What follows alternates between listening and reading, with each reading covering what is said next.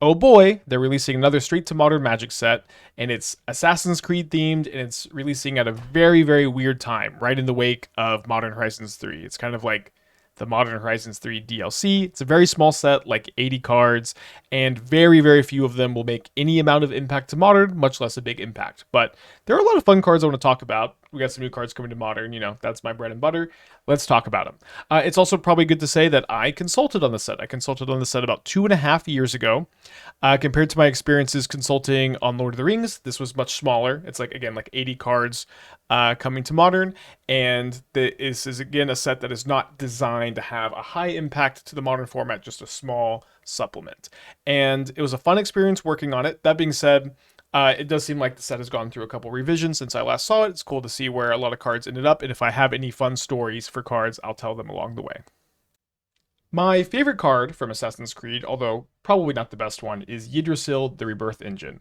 This is a 3-mana legendary artifact. When it enters the battlefield, you exile all creature cards from your graveyard. You can tap to exile the top 3 cards of your library, and for 4 mana, you can like sneak attack one of those exile cards into play. It gains haste, but unlike sneak attack, unlike Through the Breach, the card just stays around forever, which is pretty dang cool and honestly pretty unique for a card like this. And I think Yggdrasil Rebirth Engine is specifically cool, specifically interesting in the context of Modern Horizons 3, where we have Ugin's Labyrinth, where Yggdrasil is a card you're going to be able to cheat into play on turn 2 pretty often and then activate on turn 3, which seems pretty powerful. Your deck is going to be full of big big chunky things to throw at your opponent instantly, like Drown of Truth, Null Drifter, Devour of Destiny, that you're playing to like meet your Ugin's Labyrinth deck building restrictions. And then you can do some kind of crazy stuff. I think specifically with Ulamog the Defiler, this is 10 mana Eldrazi, enters the battlefield with a number of counters on it equal to the greatest mana value of cards in exile, and you're exiling a lot of stuff with Yggdrasil. Although, if Ulamog should also count itself when you put it into play from exile, this is kind of like a weird ruling that sometimes comes into play with indomitable creativity with Ulamog. But it's going to have like Annihilator 10. um, Annihilator 10. And make your opponent sacrifice 10 permanents and take 17 damage potentially on turn 3, turn 4, which sounds pretty powerful. I think that Ulamog the Defiler in this card plays really well together, and I do not recall Yggdrasil doing exactly this thing when I was consulting on Assassin's Creed, but if I had, or if I had already seen this card, I think I would have been a lot higher on Ulamog going into the Modern Horizons 3 metagame. But either way, these two cards get to be played together now, and this is, I think, going to be somewhat powerful, or at least maybe Yggdrasil is going to be like redundancy to Through the Breach in the like green-red Ulamog Emrakul Through the Breach deck that's kind of popping up. I could definitely see this card just slotting in there. I could see maybe it taking the place of Through the Breach too. It's lower on the mana curve. It's the lower activation cost. Like you could maybe do 4 of this at 2 breach, 3/3, 4/4. Maybe breach is better for 2, but I see this kind of supplementing that archetype and then potentially seeing play in more like colorless strategies too. So you just show a very cool card. I'm excited to cast it. If I had to pick like a best card from Assassin's Creed, I'd probably pick Basim Ibn Ishaq. I think this card is pretty interesting, pretty powerful, and works well with a lot of other good cards that already exist in Modern, which is usually a pretty important prerequisite for a card being good in Modern, is working well with other powerful cards. This is a 2-mana 2/2 blue-black creature that says whenever you cast a historic spell, you can draw a card. And then Basim Ibn Ishaq cannot be blocked this turn, but thankfully, this only triggers once each turn, which means that you're not going to be able to play this card on turn 2, then play all of your Mox Ambers and Mishra's Baubles, all your Ornithopters, and just draw through your deck. And so, you could play this in Affinity Shell, and then this is going to draw you a card the turn it comes down, and every turn after that, but then you're still playing Affinity, so your deck's going to be pretty bad. So I think I would rather see this card see play in like some kind of blue-black, low-to-the-ground deck that maybe plays like Satoru, Ragavan, Tamio, and has a lot of legends, so that Mox Amber is really reliably online. Might also just like to see it alongside Mishra's Bubble, alongside some other legends, and just kind of like good value 2-drop, some kind of blend of these things. I think is likely we're going to end up.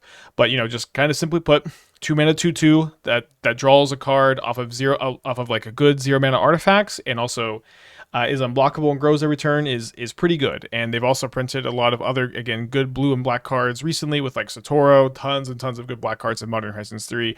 I definitely see myself wanting to try this one out.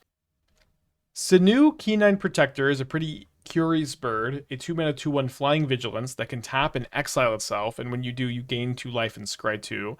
This by itself, not very interesting, but what is interesting is that if this card is in exile and a legendary creature you control attacks and isn't blocked, this comes back from exile attacking, which I think is super interesting, super unique, and is notably the only card that exists in Modern that you can exile to Solitude, that you can exile to like Force of Virtue for value. You pitch this to your pitch card, and then it comes back later, which is super duper unique. You could also exile this to Flage when you're escaping it, then attack with Flage, and then bring it back if your Flage isn't blocked, which I think is pretty cool too.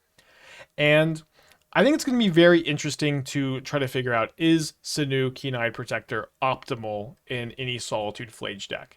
It's my current opinion that the answer is probably no. I think I would just probably prefer to play a high quality white card, a high quality 2-drop over this bird. But I think it could potentially be the case that some number of this are optimal in these decks. And I want to try it out. I want to figure it out. I want to try to figure out the number. I want to try to figure out the archetype this slots into, and these are the kind of cards that really get my gears going, get my juices flowing. I'm just I love to try to figure out, is this card an optimal card to put into a Modern deck list, and we're gonna spend probably way too much time trying to figure that out, only to be like, no, let's play anything else instead. When I was consulting on Assassin's Creed, I was really excited about these two cards, Cassandre Eaglebearer and the Spear of Leonidas. The Spear of Leonidas was actually, I believe, 2 mana when I saw it. I think it was 1 red mana, 1 white mana. And I was so excited to play Fervent Champion on turn 1 and then slap it with a Spear on turn 2. They've nerfed my boy. It is now 3 mana, and I think that this plan is going to be not quite as good as I had hoped, but still might be kind of interesting. So Cassandre Eaglebearer, 3 mana 2/2 haste. When it enters the battlefield, you can put the Spear of Leonidas into play from your hand, graveyard, or library, which is very cool. The fact that this is a 3 mana permanent that puts another 3 mana permanent into play is very unique and potentially very powerful. It also has the ability, whenever a creature you control with a legendary equipment attached to it deals combat damage to a player, you get to draw a card. And obviously this is mostly going to be true with Spear of Leonidas, but there's also other playable legendary equipment like Shadow Spear, Cauldron. It's kind of cool. And I would love to play a Fervent Champion Cassandra Spear of Leonidas deck. This deck idea does feel very 2022 2021 kind of, a little bit out of date, I think, maybe in this Modern Horizons 3 metagame. It won't stop me from trying. I've been looking forward to this for a very long time, and I think if the Spear was still 2 mana, it would have been really juicy. But I think it's still, again, Spear is not very good by itself. It has 3 modes whenever an equipped creature attacks with it. Equipped creature gets double strike, you make a 3/2 red horse token, a legendary horse token, or you can discard 2, draw 2. 3 kind of middling abilities, but again, the fact that it just comes into play off your 3 mana 2/2, I think is just pretty nifty. Arbaaz mirrors another 2 mana 2/2 that cares about historic permanence. This one drains your opponent for 1, deals them 1 damage, and you gain 1 life whenever a non-token historic permanent enters the battlefield under your control. And so this also goes well with Mox Amber and Mishra's Bauble. But one thing that's pretty interesting to me about this card is that this is a win condition for Underworld Breach decks that is also a legendary creature. Because usually the loop for Underworld Breach is you get back a legendary creature, and then you're sacrificing your Mox Amber to Grinding Station over and over and over again. This is going to generate you some mana, and then you're going to use that mana to cast your real win condition. You're going to usually use that to cast your Thassa's Oracle or your Grape Shot. But the fact that this is a Grape Shot by itself, and this is a legendary creature for the Mox Amber loop is kind of cool to me. That being said, in a world of the One Ring, it's probably still better to just Thassa's Oracle your opponent. So I don't actually see this making the cut, but I think it's cool and interesting, and it's worth talking about. I think Tax Collector is a pretty cool card. It's a 2 mana 2/2. Whenever it enters the battlefield, you choose 1. You can tax your opponent until your next turn. Spells your opponent's cast cost 1 more to cast, or you can arrest something, which is to detain a creature an opponent controls, which means until your next turn it cannot block, and activated abilities of that creature cannot be activated. So when Tax Collector was, I think, sent to us during consulting, I believe it was a 3 mana 3/2, and that was mostly like, a card that was statted for limited. And, I had the feedback that if this card was like a 2 mana 2/2 or 2 mana 2/1, could maybe be an interesting tool for flicker strategies in Modern. And I don't think it's going to be super good or anything, but I do think like if you Felia on turn 2 and then you play a tax collector, you flicker your tax collector, and all of your opponent's spells cost 2 more for that turn, you are advancing your board state and slowing your opponent down in a really, really meaningful way. And I think that the card it's been one that I've been like wanting to play test since consulting on it, but I think this is one that could end up surprising us. I think the ability to play it, flicker it in the same turn, and then really, really slow your opponents down, potentially continue to flicker it as it goes if you have like Eternal Witness ephemerate loops, just Soul Herder Felia triggers. I think I could end up being kind of impressive. And I also like that this is a card that's like, it's good when you're ahead because you stop your opponent from casting stuff, and it can also be a way for you to catch up from behind because you get to detain something for a turn. It's also kind of cool, like if you go Felia turn 2 and they play like a blocker for your Felia, and then you can attack or you can tax collector to tame their blocker, and then you can flicker your tax collector and get a counter on the Felia too, which I think is kind of nice. So a card that I don't expect to be super good. I think it is definitely one that could impress us after playtesting some, and is one that I have been excited to try for a long time. Crystal Skull is kind of an interesting Mystic Forge variant, both 4 mana artifacts that let you cast artifacts from the top of your library. Mystic Forge lets you cast any colorless card, and artifacts, and then Crystal Skull lets you cast artifacts and then other historic permanents, so legendaries and sagas. And I think it's kind of cool that this is a Mystic Forge that it can also make mana. So and I've played several like Mystic Forge combo decks that try to use Paradox Engine to untap your mana rocks, untap your Mystic Forge, and just have this like steady stream of spells from the top of your library via Mystic Forge that are simultaneously untapping all of your mana rocks. And I think Crystal Skull could potentially be better than Mystic Forge in these kind of shells because it makes mana in addition to giving you a lot of spells, which is kind of crazy. Alongside Paradox Engine, it's also blue, so pitching it to Force of Negation or Subtlety isn't out of the question. But these kind of decks I do tend to think are very weak to Force of Vigor, Karn the Great Creator, and usually don't end up doing too well. But I like to explore them. I like to try to maximize the idea, and we'll definitely spend some time figuring out the Crystal Skull. Ballad of the Black Flag is another one of these artifact combo cards. It's a 3-mana saga.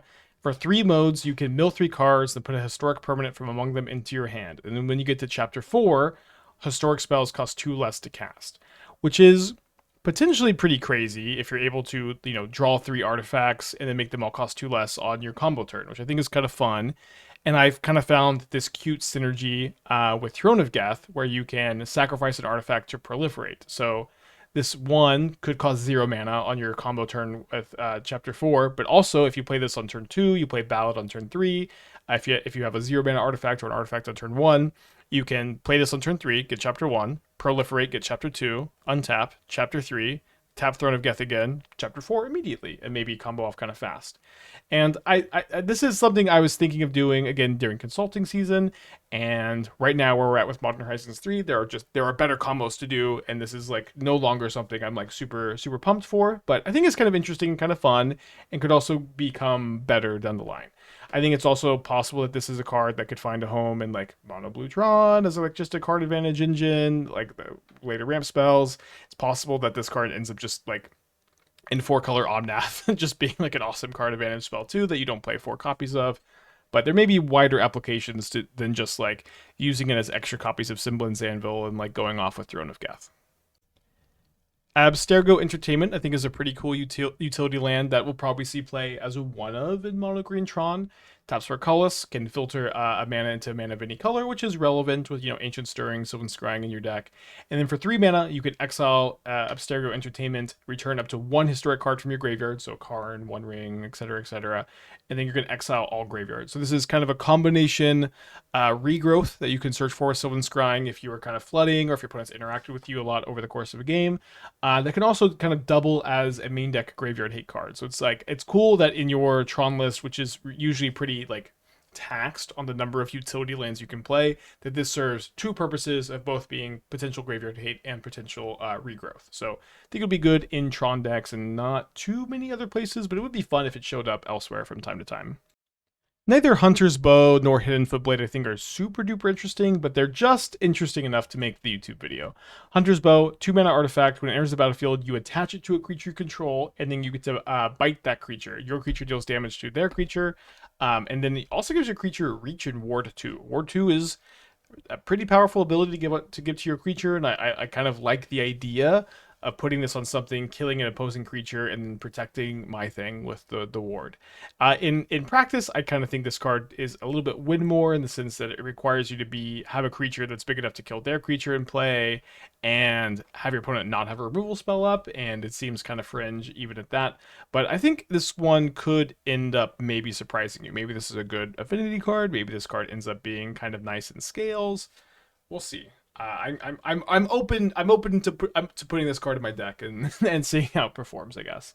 Also, the equip cost of only one is kind of nice, which means that like all of your creatures are going to be kind of annoying to deal with. It's even possible that this ends up being like kind of a good tool for Nadu decks. If you're playing Stoneforge Mystic, you can like grab this and then kill your opponent's Harsh Mentor or something, and like use it as equipment to trigger Nadu. Could be kind of good. We also have Hidden Footblade, 1 mana equipment, has flash, equips for 2, but when it enters, it also attaches immediately, getting around the equip cost kind of in the same way Hunter's Bow does. And it gives the equipped creature +1/+0 in haste, and then also any creature first strike until end of turn. So I think a 1 mana equipment that can give haste is usually worth looking at.